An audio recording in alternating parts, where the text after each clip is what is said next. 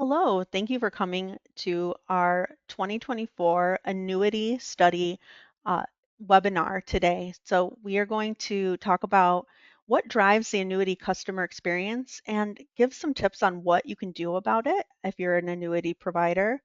We are going to be relying on study findings from our 2024 individual annuity study that just released this month. So actually, the press release is coming out October 17th.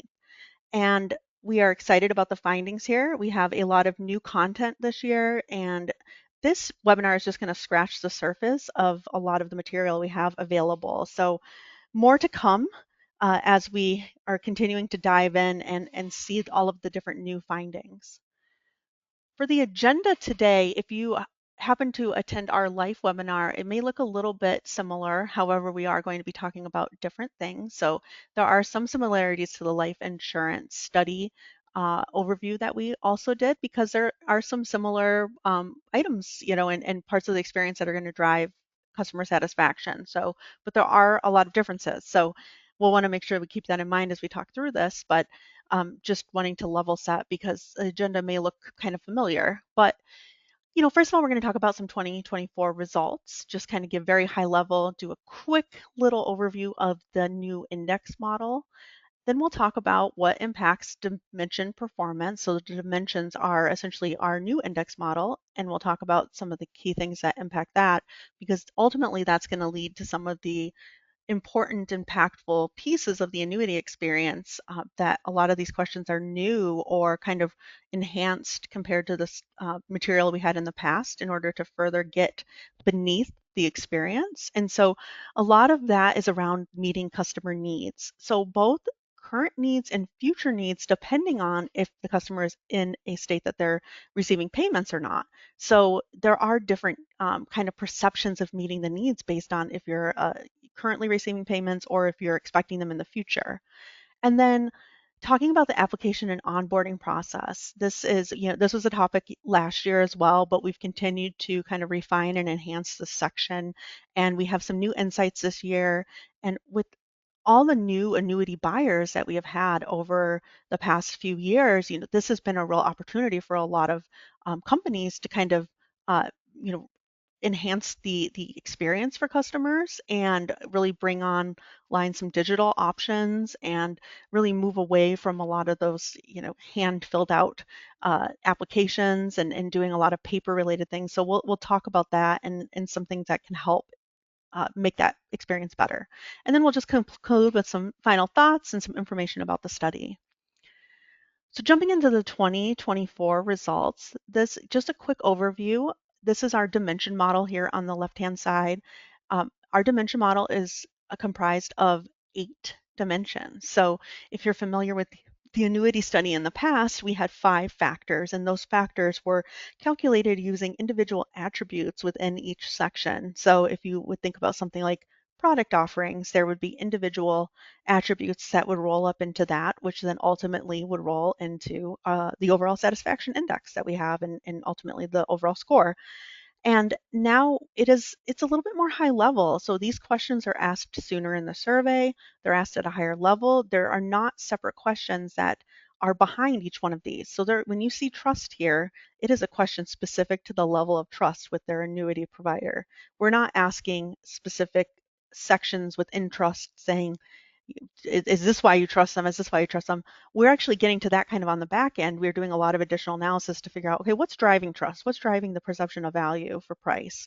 And so that's what we will do, as we kind of continue to do analysis for subscribers of the study and as we are going through the results. And we're going to do a little bit of that today as we talk through some of the different historic attributes that we had in the past, as well as KPIs, our key performance indicators that drive this. So we can get behind these.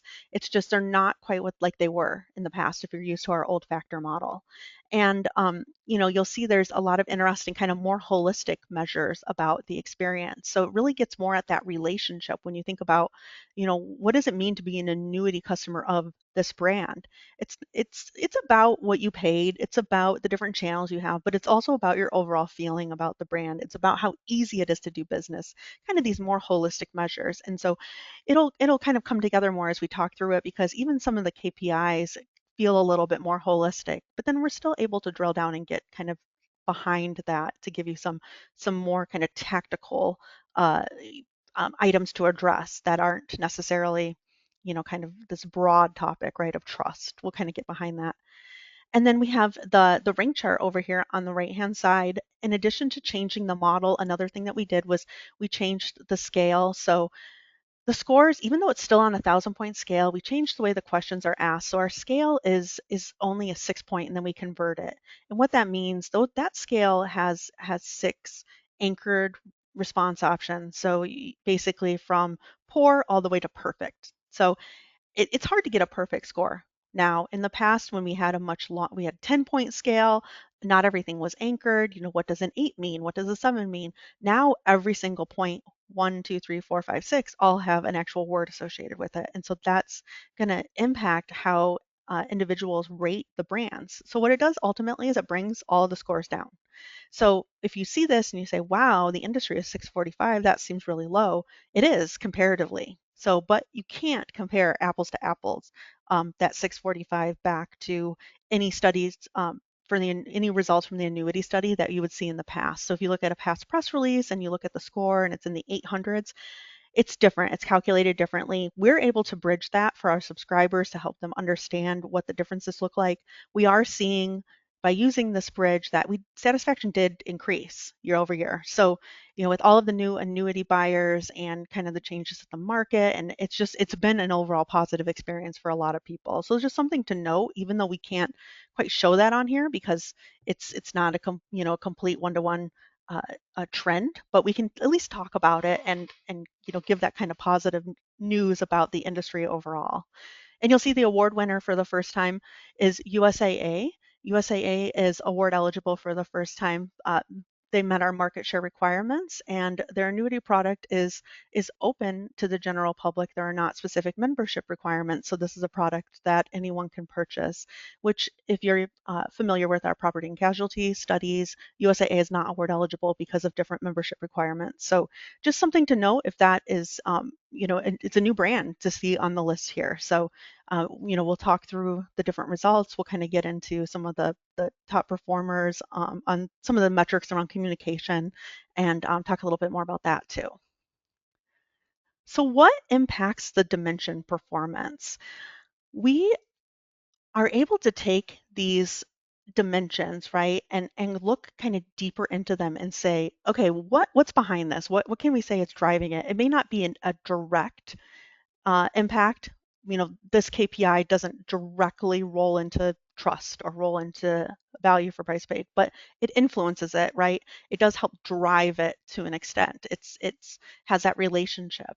And so we're going to walk through some of these. If you were on the life conversation, there's some of these are familiar, but there are some key differences which I find really interesting because of how different the products and the actual experiences can be. So if we talk about trust, so trust, again, that's the most impactful dimension along with value. So there's a really kind of strong relationship between those two because you'll see a lot of kind of similarities. They have a lot of similar drivers kind of behind the scenes that are impacting that. And one of them is around meeting needs. So this is specifically annuity meets future needs. Now, just to level set, this is specific to those who are not getting payments yet. So then we also have a KPI that is annuity meets current needs for those who are getting payments. We did separate that. We wanted to have kind of that distinction to see if there were differences. And those who are currently receiving payments, that KPI is a little bit actually lower in importance overall. So there's kind of this perception of how this annuity is going to impact your future. Maybe part of that's because you're already getting the payments, so you kind of get a better sense of how it's meeting your needs. Maybe it's just more of like an expectation thing and how it's going to influence your ultimate plan in the future. But it is interesting that that's the KPI that comes up as being more impactful. It does apply to more people in the study too, so something to be aware of. But it also, is something that we see across multiple dimensions and having an impact. But we also see our attributes, our historic attributes, that these are those individual questions that are asked on a rating scale. Those are still asked on a rating scale of 1 to 10. So that is an area where we did not change the rating scale. So we are able to look back and trend these more than we can our dimension scores and our overall satisfaction. But we're also able to use these, even though these were used in the past to calculate the different factors, which then went into the overall satisfaction. Now we can use them to help give us perspective on maybe what's driving the different results within the dimensions, right? So again, not direct, but it can all have an influence. So you'll see for level of trust, there's quite a few things around kind of the understanding and the communication. So the ease of understanding the statements, a lot of times that's one of the major kind of pieces of communication that customers are receiving and that they're looking at. And so the easier those are to understand, and annuities are notoriously a complex product that a lot of people don't understand. Unfortunately, a lot of people who are maybe selling them to don't always have the best grasp on the product to be able to communicate that as well. So it's really it can be a confusing, complex product for a lot of people. So the easier it is to provide information about their account overall, that they can understand it, they can read it, and it makes sense to them, is going to help improve that idea of transparency and trust and further that relationship. And then the efforts to communicate changes that might affect you. So if there's some type of changes to the account, if there's changes to with the company itself, right? And any types of changes, if those changes are coming through and are getting to the end customer, that's going to impact the trust. And then one of the big themes that we see across multiple dimensions is around knowledge and courtesy for kind of the people component, right? So it's the agent or advisor, depending on who that customer is interacting with, or a CSR if they're calling in, right, to the brand, or if it's a direct service product, it's primarily going to be that CSR relationship, right? And so just to level set, we have multiple attributes we ask around this. Knowledge and courtesy are not the only ones. So we also, you'll see a different one pop up here soon too, but we ask about concern for your needs. We ask about timeliness of solving issues. We ask about on the CSR side, like promptness in speaking to someone. There's a lot of other components to the experience, but the ones that keep coming up over and over again are knowledge and courtesy. So you've got kind of those hard skills and those soft skills that are, kind of the overarching part of the experience that's getting represented here. So overall value for the price paid, you'll see some similar kind of themes here too. This is more around, rather than kind of the needs, the understanding the costs and the fees. So they want to understand that value prop. What am I paying and what am I getting for this? And do these fees make sense? That's an area where we see a lot of times that kind of can be a lack of transparency. And we actually do see that impacting trust too. It's not the top driver under the KPIs, but it is one of the ones that comes up too. So just to be aware, this concept of having that transparency around what people are paying and what it's going to, and how that relates back to what they're ultimately receiving, uh, really helps drive kind of multiple dimensions related to customer satisfaction. And then also within the value for the price paid are things like, are there other services available? Are there other products? And again, interestingly, degree to which the contract meets your needs comes up here. That's an attribute that we ask as well. And then usefulness of information across both the statements and then other communications too, which we're going to talk about other communications a little bit more throughout, because there's a lot of opportunity, I think, for the annuity brands to be able to do a little bit more of that communication. Obviously, the agent and advisor relationship is huge, and that's the huge driver in this experience if they have an agent or an advisor. If they don't, though, I mean, obviously the brand is going to be driving a lot more of that experience. But even if they have an advisor or an agent, there's a lot that the brand can still do to communicate with the customers without maybe like stepping on the toes of the agent or advisor, right? So there can really be kind of a more um, symbiotic type relationship there, right? And so um, if we go on to the able to get services how and when I want. So this is where that communication KPI, tailoring communications to meet needs, comes up as being the top opportunity there. There are some other items too that pop up, like did the brand, the actual company, offer to review your needs in the past 12 months, right? Did they have a conversation with you to kind of discuss, what you have going on in your life? Are there any needs, whether it's related to your product or related to something else, maybe another product, that cross-sell opportunity? But it is directly related to the brand, right? Not the agent or advisor. So there is kind of an appetite for that interaction with the brand itself. And then we also see the idea of is a customer service rep in particular solving questions or issues on that first contact, right? So first contact resolution, but specific to kind of that CSR experience. And then we see on the attribute side, these are the other main attributes that come across. We talked about knowledge and courtesy being some of the items that are really critical to trust, and and we'll see here under people and some other aspects. But as far as the kind of the ability to get services, the range of services that can be performed by the agent, advisor, and the CSR. So kind of all of them are included in this. So there's a kind of an expectation about what your advisor, what the CSR, what they're able to do for you. And so that really influences that feeling of, like, are you able to get the services when you want?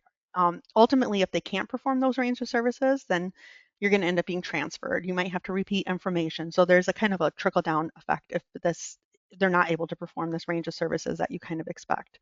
So that comes up as an opportunity here. With ease of doing business, this one is really interesting because this is something we see that's different than in the life study. Not most of these are different to an extent, but this one's quite a bit different as far as kind of being the top opportunity. Um, what we see on the life side, it has a little bit more to do with like understanding, right? And that does play in here too. But it's interesting that there's that perception of, is my agent and advisor working with me as a team, right? Do I feel like I'm engaged in this process, and do I feel like we're working together, right? Almost like that partnership um, mentality. And so that comes up as ease of doing business. Interestingly, then we have some attributes that this is the beautiful thing about the new dimension model is it's since it is more holistic, you end up with kind of these different aspects that are influencing it. So you have kind of the relationship with the agent advisor. Then you have things that, maybe they're a little bit more tactical, like variety of methods to pay your premium. The more methods you have, the easier it is for them to find a method that works for them. And ultimately it makes doing business with you easier. And so that's an attribute that we see have an influence on ease of doing business and ease of understanding statements. So just making things easy for people. It's kind of a theme, right, across all the dimensions, but specific to the ease of doing business component, that has a big influence. Um, the other thing I want to mention here is that, I had mentioned understanding too. Understanding does come up as being important for the ease of doing business. In addition to the statements, also, understanding the costs and the fees, all of that associated too. So there's that overarching idea of understanding. Um, and then we'll move on to people here at this point. This is similar to what we see in life too, because informing customers of other products and services, the people, right, the agent, advisor, CSR, basically anybody that the customer interacts with is kind of grouped into that people category. So what influences that? Well, I mean, overarchingly informing the customer of other products and services, having those conversations with the customer, whether it's coming from the brand or it's coming from the agent or advisor, that is all going to influence the relationship and that overall perspective of the annuity product in that experience. Now, the other items, which similarly to what we saw with trust, are around the knowledge and courtesy piece again. And again, it's across agent, advisor, and CSR. So it's that expectation across everyone they're going to interact with. Are they going to be knowledgeable, and are they going to be courteous to me? And those are big drivers of the experience. And then the product offerings meeting the individual's needs. So this one is also interesting too, because this is not something we're going to see in life, because ultimately life isn't going to be seen as much like an investment product that annuities are, right? And so it's really interesting that KPI of agent advisor ensures the customer understands that basically understands the annuity and the scope of their investment strategy. So why do I have an annuity? How does that help me overall? What does this mean for my investment strategy? And that's an area that there's opportunity there, right, to help customers understand kind of that overall perspective on why they're buying an annuity, right, and how that's ultimately going to help them. And so that really helps drive satisfaction with the product offerings. It really helps when they can see that direct connection between why they're buying an annuity and how it's going to fit in with their overall investment strategy. It's going to ultimately increase their perspective of, the offerings meeting their needs. But there's also the attributes that fall under this, like the variety of the product offerings, right? So do you have different product offerings that are going to ultimately meet their needs, right? The availability of the different services, the degree to which the contract meets their needs, and then the range of services, again, that can be performed by the agent or CSR. So that goes a little bit beyond the product piece. But again, it's that idea of kind of meeting their needs and being able to meet the needs through that interaction piece can actually influence the overall perspective on how that the overall product meets with their needs. And then we see on the digital channels, uh, big KPI that really pops up there is around tailoring communications again too. And so since digital is becoming more and more a preferred method of communication for customers, it is having a bigger impact on uh, the overall experience, and then also how those communications are getting to people, right? Are these just email blasts that aren't really, giving them any value at all? Does it feel like it's meant for someone like them? And that plays into the digital channels experience. And also variety of methods to pay the premium. So again, very more tactical. Do they have options, right?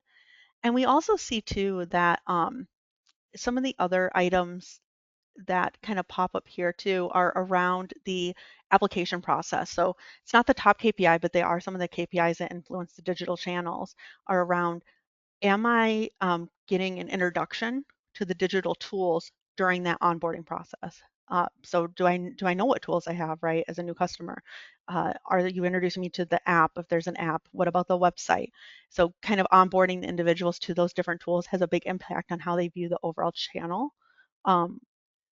Satisfaction, right? How they have that perspective. It also influences to a lesser extent the people perspective, right? So having agents and advisors and CSRs do that introduction to the digital tools can also help improve the the perception of the people. And then the other thing too with the application process as well is around the avoiding repeating information, right? So if you have a good online application in place, customers aren't going to have to keep re-entering information because it's not just vocally repeating information, right? It's re-entering information over and over again, or even providing the same information. If there's certain bank statements or whatever it is, do they have to provide that more than once? And those are things that can be really detrimental to overall experience. And then that time frame for the application too. And digital tools can help because they can provide kind of ongoing updates that are a lot more difficult to provide through the interaction with an individual, right? So it takes kind of some of the load off of the agents, advisors, and CSRs to have those conversations when you can have kind of updates going through a digital method. And then ultimately problem resolution. This is the least impactful of the dimensions. And part of that reason is the incidence of problems are just lower overall in annuity. So it's a lower touch product. People are less likely to have problems, right? So it's lower incidence. I mean, those who have a problem, this becomes huge, right? But since the incidence itself is fairly low, the incidence of this comes into play. So it just ultimately kind of brings down the impact. But, those who are experiencing a problem, that first um, contact problem resolution piece when calling in, talking to a CSR, or, I mean, we say CSR, it could also be like a contact center rep if there's like potentially like an online contact center too. But I mean, this is mostly going to be call centers, resolving that right away. And, other items that really kind of influence the aspect of problem resolution are around the understanding, right? So the more customers can understand their product, their statements, the having useful information, as well as the actual knowledge and courtesy of the agent, advisor, and CSR. So it's both kind of the can you resolve my problem quickly and effectively, but then can you also give me the baseline knowledge and the tools to kind of help myself too, in a way, right? And be able to, and then kind of the actual like experience that comes from the agents and the CSRs also kind of encompassing that too. Like, are they courteous to me? Are they creating a positive experience even though I'm facing a problem? So there's kind of multifaceted in a way when you think about it like that. But again, lower incidence, but when it happens, it's a pretty big deal, and there's a lot of different components that can influence it.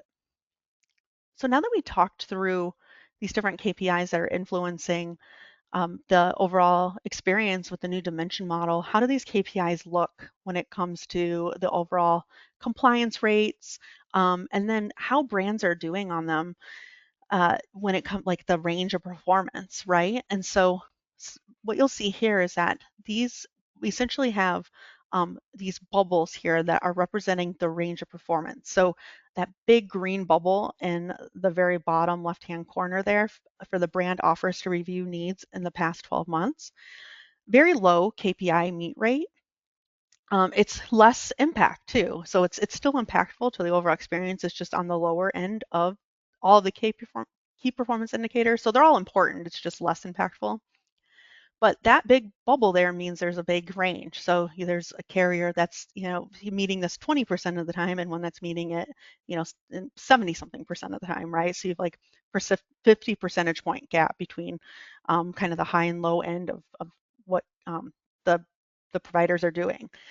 While if you look at something like the brand tailors communications to meet needs, that's a much tighter range of performance. That's more like 20 percentage points between top and bottom. And so when you think about it as where's there opportunity to differentiate those kind of tighter ranges of performances, sometimes those are areas where if you can kind of pull ahead, that can have a pretty big impact. And that tailoring communications is a big one there. It is a higher compliance KPI. You'll notice that, further off to the right it gets, that's kind of how it goes up in compliance, right? Or rate of meeting it. So you're getting more into like, this 70s, 80s is kind of the percentage we see for carriers there. So it's higher, but again, there's that tighter range of performance. So a lot of carriers are kind of within, a pretty close gap of each other. And then you see something like annuity completely meeting future needs. So that one is it's the most impactful. It kind of falls in the middle. We see a 65% meet rate for this. So about 2/3, right, of customers are saying that they feel their annuity completely meets their future needs.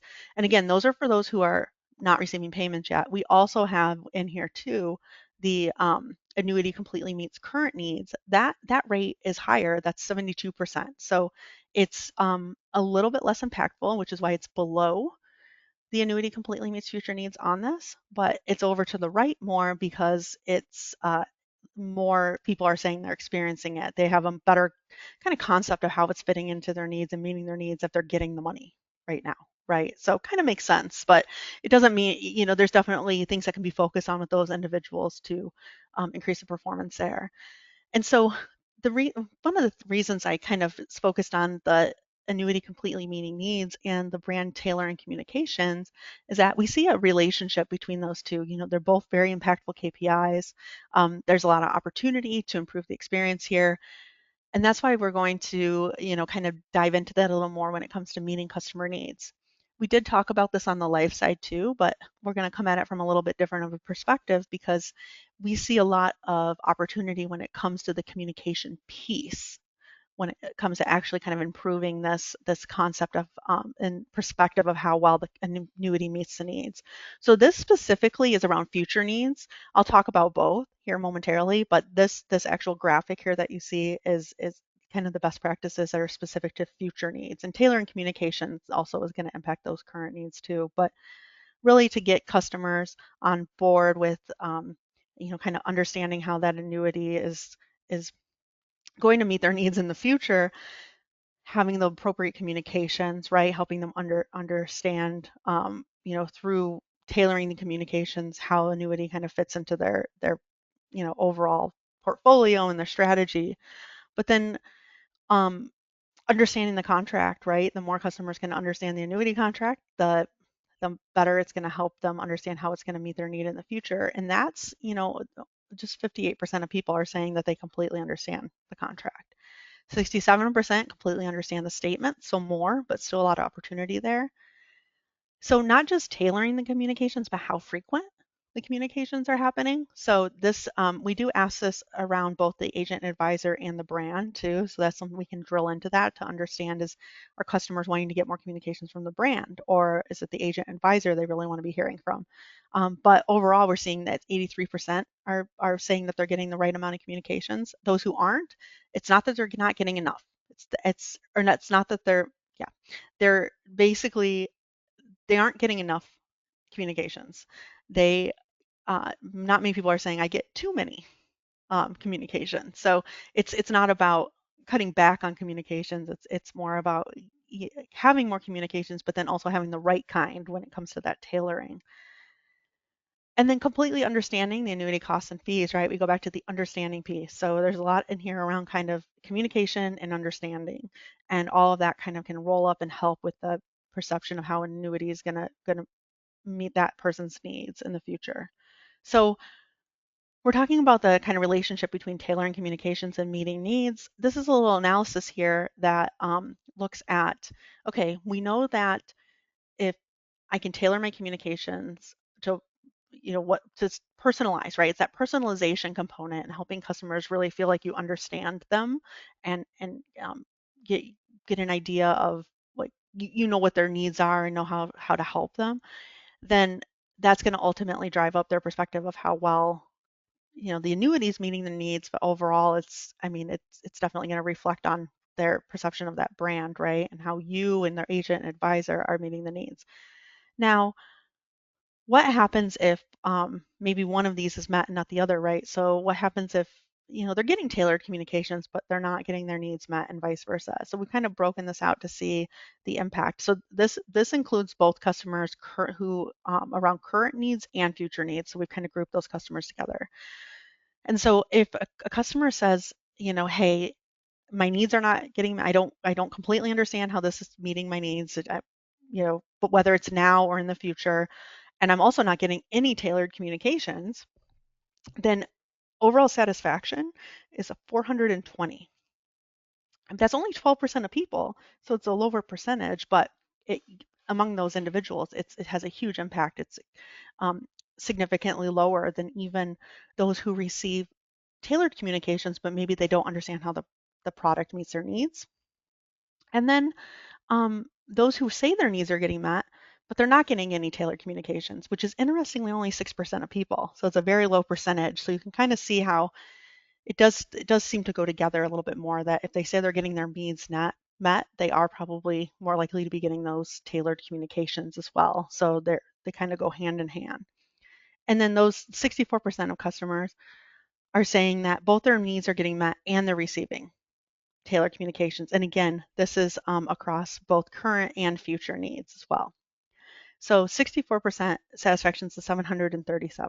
Now, if we look at it by brand, so again, this is not the direct KPI that we look at in the study. This is like a kind of combination of the two to see what the brands look like.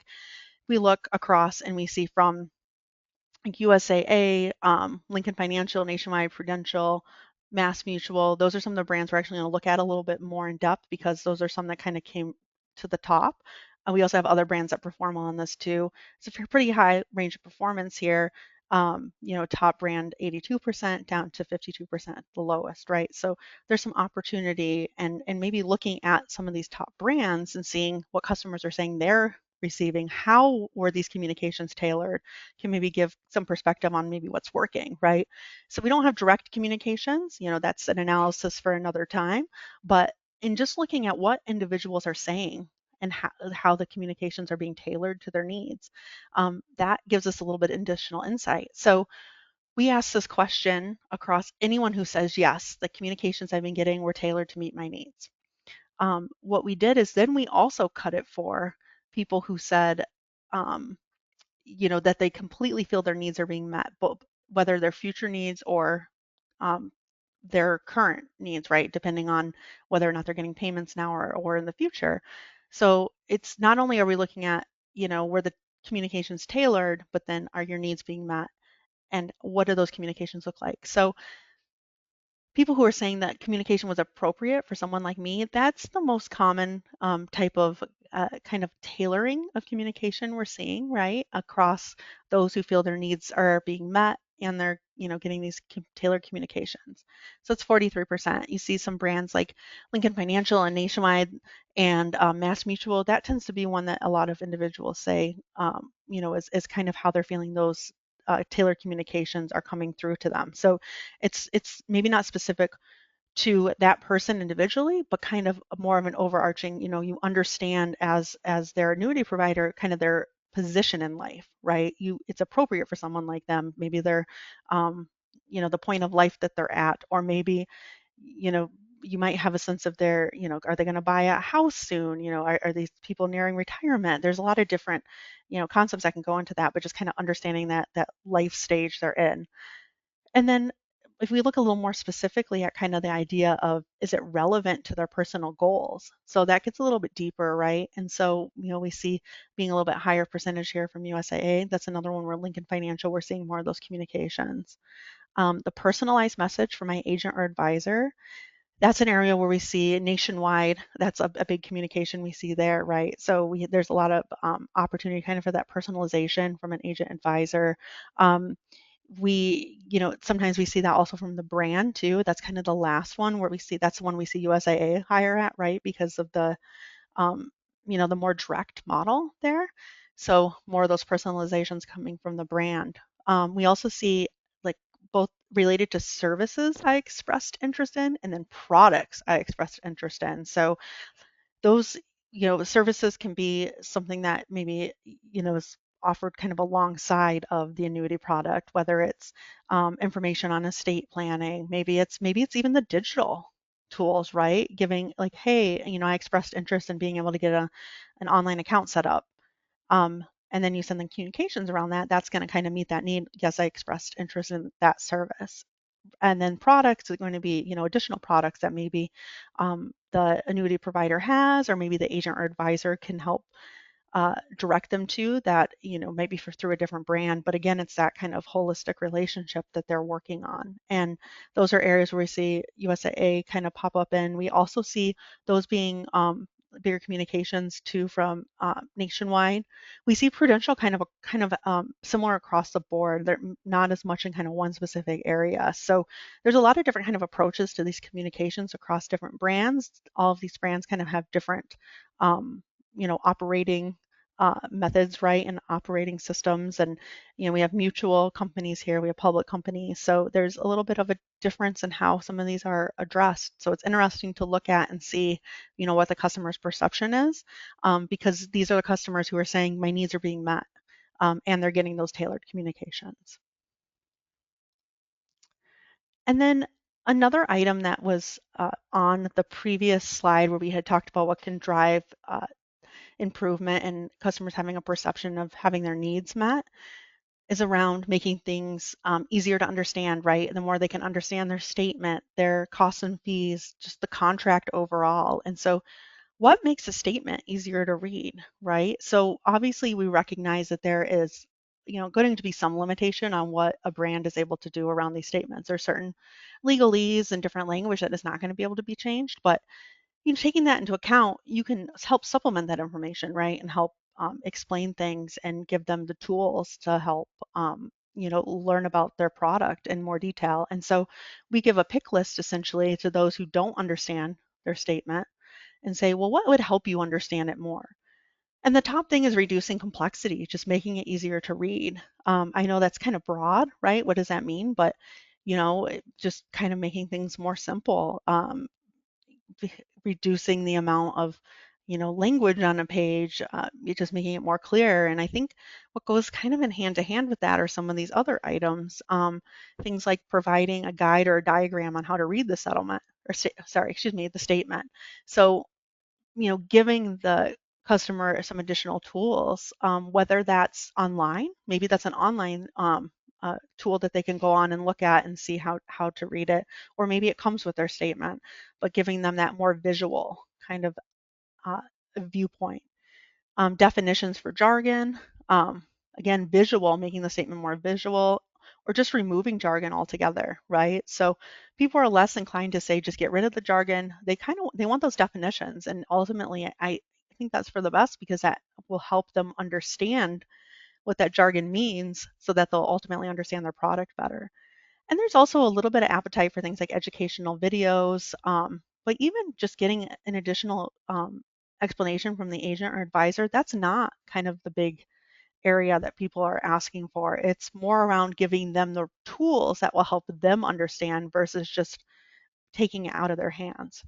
And we look at that across generations too, just to see, are there differences in how the youngest customers versus the oldest customers want to have their statements easier to read? And so you'll see that, Gen X, we tend to see they're a little bit more appetite there for those educational videos, and educational materials on how to read the statement. Younger individuals tend to want to see something a little bit more visual, right? So 22% of Gen Y and X say make the statement more visual, 26% of Gen X. Boomers, it's only boomers and plus, I should say, it's only 17%, so fewer, right? So there's definitely a difference in preference on kind of what can help individuals understand. But I think ultimately what this boils down to is that it's not it's not take it out of my hands, it's more give me the tool so I can understand it better. And that brings us to the application and onboarding process because there's a similar theme here as well. And it's very interesting because what we see is that there are a large proportion of individuals, new customers who have purchased their annuity within the last 3 years. So we have a 3-year window here who say their agent or advisor completed the application for them. So we've asked this question in the past around the application completion method, but we did not have this option. So we're not able to directly trend it back, but we are able to look at it and see how it influences other parts of the experience. So 43%, right? So it's quite a large proportion, and this came from feedback actually from people who were purchasing annuities saying, yeah, my agent just did it for me. I don't really understand my product at all because my agent just filled it out, which, in general seems like it'd be a really positive thing, right? It should make the process easier if you're having to do less work. But ultimately, it can kind of have a little bit of a trickle down effect because if your agent does the application for you, you are less satisfied overall when you look at overall satisfaction. You are more satisfied kind of with the people component than you would be if you were, sending an application via the mail. But it ultimately is kind of hurting that satisfaction. And some of that is related to, some of the information you're missing. So people who say that their agent or advisor did the application are less likely to have kind of an accurate time frame for the application. So either um, and more than likely is that they're not even going to be provided a time frame. So there's that kind of missing piece, right? Because they're not doing the application, so they might not be as in tune to what that timing expectation looks like. And then if we look at agent or advisor completed versus other method here, we see some differences in some of these components of the onboarding experience where we see these have a big impact on satisfaction, not just with the application process, but the whole experience. And so, people who had their application filled out via their agent or advisor are less likely to be kept up to date on their application. They're also a little bit less likely to have onboarding activities occur. And so we'll talk momentarily about what those onboarding activities look like. But I mean, they are less likely to have to repeat info. So there are some positives here. So definitely wanted to point those out too, because, it's not necessarily saying completely take away this component, but there has to be some type of balance here so individuals can, have a better understanding of the process, but also the product itself. And then we see pretty similar as rates to who, like if they completely understood the application process. But ultimately, understanding the annuity product, including the costs and fees, the statement, the overall contract, the perception of the annuity meeting the customer's needs, those are all lower when the agent or advisor fills out the application. And so we'll talk quickly about those in a moment. But before we get to that, I do want to just mention around the onboarding process because I think this is important. We talked about this when looking at the life insurance study as well because there's a similar story here in that there is opportunity to introduce customers to digital tools. You'll notice highest satisfaction overall are for those new customers who received information on navigating the website. They received information on the mobile app, those educational videos, communications on the different services and products that are available. Those all have kind of result in higher satisfaction overall. But what's interesting is that seeing what are these being done, right, based on the application method, and you'll see that the agent or advisor completing the application, some of those more satisfying aspects of onboarding, like info on navigating the app, info on the website, educational videos, those are lower than if they're going through a different method. It might be that they're not available, right? It might be just kind of the actual company, right, that the annuity is from. Maybe those because you're relying on the agent or advisor to explain things and maybe, not kind of tailoring it in that way, but there's definitely opportunity on that side, but we do see they're more likely to get a welcome packet, right? They're more likely to be thanked for their business or they're almost just as likely to be thanked for their business as an agent advisor. So it's not all bad news, right? But there's definitely some opportunity and it's good to see that comparison. And so what can make it better, right? So some of it is doing those onboarding tasks, right? And also doing some other aspects during the application onboarding process to help ensure that there isn't a gap in some of these critical KPIs down the line. And so here we're addressing the specific key performance indicators around understanding and meeting future needs. So basically the way to read this is that 61% of those who had an agent or advisor complete their application completely understand their annuity contract versus 71% who went through another method. So that level of understanding is lower for those who had the agent or advisor fill it out. 10 percentage points lower. So there's a pretty big gap there. And so with the same, we see the similar thing with the understanding of the costs and fees, the statement overall, and then the perception of how well it meets your needs. So there's a gap, right? If the agent or advisor completes it, ultimately some of these parts of the experience aren't maybe going as well. The customer's maybe not as in tune with the product and understanding it as well. So it's not that I'm saying to not do the application for them. It's just there's other items that you can focus on too that will help ultimately increase understanding and increase the feeling that the product is meeting their needs.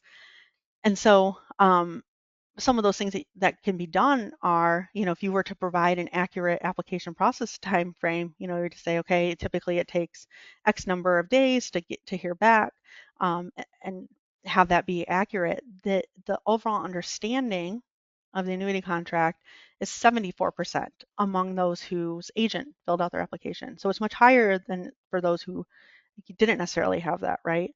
So being kept up to date on the process. Understanding the application process, so making an attempt to ensure the customer understands that up front can also help lead to kind of an understanding later of the contract. So getting ahead of that at the point of application. Complementary portfolio review, right, before selecting an annuity, kind of that pre-sale activity can really help. And actually you'll see here it's 73% completely understand their annuity contract if they received a complimentary portfolio review and their agent and advisor completed their application, right? So it it's even higher than another method, right? So there's a lot of opportunity there. And again, that digital component, giving the customers the tools to be able to navigate the website or the mobile app, that again will helps lead to better understanding. You'll see a theme here because that tends to be one that we see a big impact because it ultimately gives customers the tools then to be able to learn about things on their own if they don't understand them immediately, right? So ensuring they have kind of that backup system in place so that they can learn about the product. And so we see the same thing with costs and fees, right? Some of the different aspects of the application process that can help improve that understanding of costs and fees, understanding of the statement as well. So again, the accurate time frame. Again, the digital tools, right? That one's huge. It really helps improve the understanding of the statement, especially, I mean, it would make sense if the statement is online and they're able to access it there and have more, um, have it more at their fingertips. It may help with their understanding. And then the perception of it meeting their needs. So, if an agent or advisor completely fills out their application, they might not, be able to connect the product as back to their portfolio as much to the strategy. It maybe feels out of their hands a little bit. And so we only see 68% of individuals say their annuity completely meets their future needs for those newer applicants, right? Versus 80% who did it on their own or did it through another method, maybe as a call center, right? And so there's kind of that disconnect on how it works and how it's working with the customer's overall investment strategy, their portfolio, all of this different it's more difficult to make those connections for the customer. So doing these other parts and other aspects of the application and onboarding process help with that. Again, providing them the tools to help learn about it. But then, that portfolio review piece that can help as well. So these are just some ideas of items. I don't want to say, you know, take that away from the agents and advisors because ultimately it's not necessarily because they're filling out the application, right? It's that there's maybe something that because they're filling out the application, the customer's kind of missing out on some information or some additional, maybe walking through of the product itself to be able to understand it better and understand how it kind of meets their specific needs and meets with their ultimate retirement and investment strategy. So with that being said, just to kind of start the wrap up here, why should you subscribe to the study? What we talked about today just kind of scratches the surface on some of the content. There is a lot of content here, a lot of new content, a lot of different insights we can give, no matter what your distribution model is, no matter how you service the products, right? There's different insights that we can give because we ask about all different aspects of uh, the annuity purchase process, the servicing process, the perception of the costs and fees, all of those components.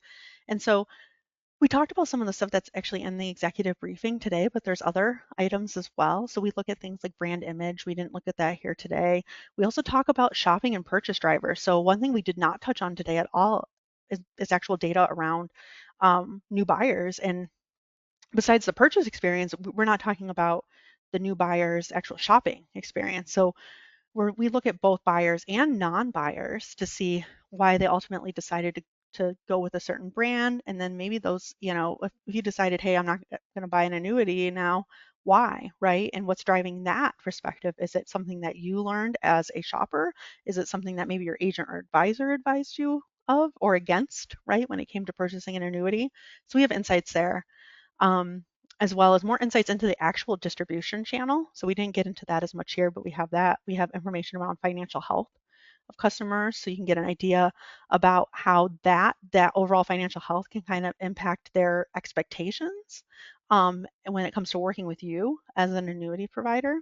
And then, more information around kind of the communication piece. So there's a lot of information there that you can get from our executive briefing. We also have a list of different benefits that are available through having a subscription to the 2024 individual annuity study. A lot of the insights I've already talked about around shopping, around the drivers of satisfaction and retention, looking at kind of the overall experience from this wider viewpoint, right? Looking at trust, which we barely talked about today, and trust is huge. So we have a lot around that we can share, as well as that benchmarking against competitors. So we have that competitive data that is very critical when it comes to seeing where you kind of fit within the annuity landscape. And then more detail around channel preferences and usage. We have a lot of detail now that we didn't in the past around channel switching, right? Keeping people within the same channel, and is that working, right? There's items around beneficiary planning. Already talked about that financial health insights a little bit. Purchase regret, which is always an interesting one. We do see a subset of customers regret their purchase, and getting behind that is always interesting to kind of see what could be driving that, because purchase regret can ultimately lead to defection because they don't see the value in the product. And then we have some new solutions that actually fit into a lot of the topics that we talked about today. These are solutions that are provided by JD Power. We have our new digital adoption solution where we work closely with our clients using our science-based playbook around digital adoption, advocacy, and retention containment. Right? It's not just about um, getting individuals to adopt uh, the digital channel, right? It's about how can you keep them in that digital channel and why are they leaving? And that's something that we work with clients to help them with. And we can, with the annuity product in particular, there's a lot of opportunity here because it does tend to be a little bit behind on digital adoption. And having those digital tools that we saw can really help with the overall understanding of the product and an overall kind of perception of how the product is relating back to them and meeting their needs.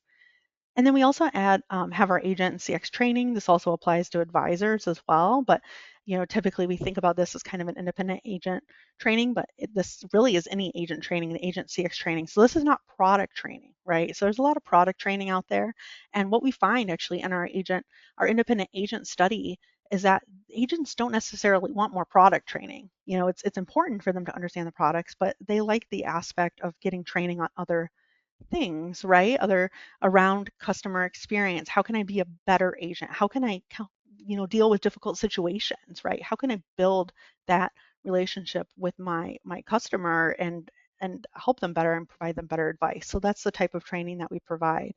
So that's something that, we're would love to talk with people about. I just want to thank everyone today for calling in. And if you do have additional questions, we have contact information here, and we'll be available to follow up after this webinar after you have a chance to watch it. So appreciate your time today, and please don't hesitate to reach out with any questions or thoughts. We're always happy to hear from our clients or even prospective clients. A lot of changes we made to the survey this year came from input from current clients, past clients, prospective clients, actual, customers out in the industry, who have experienced buying an annuity. So we're always looking for feedback to kind of improve the product that we offer in our survey and kind of give you the best value that we possibly can. So thank you again for attending and looking forward to hearing from you all.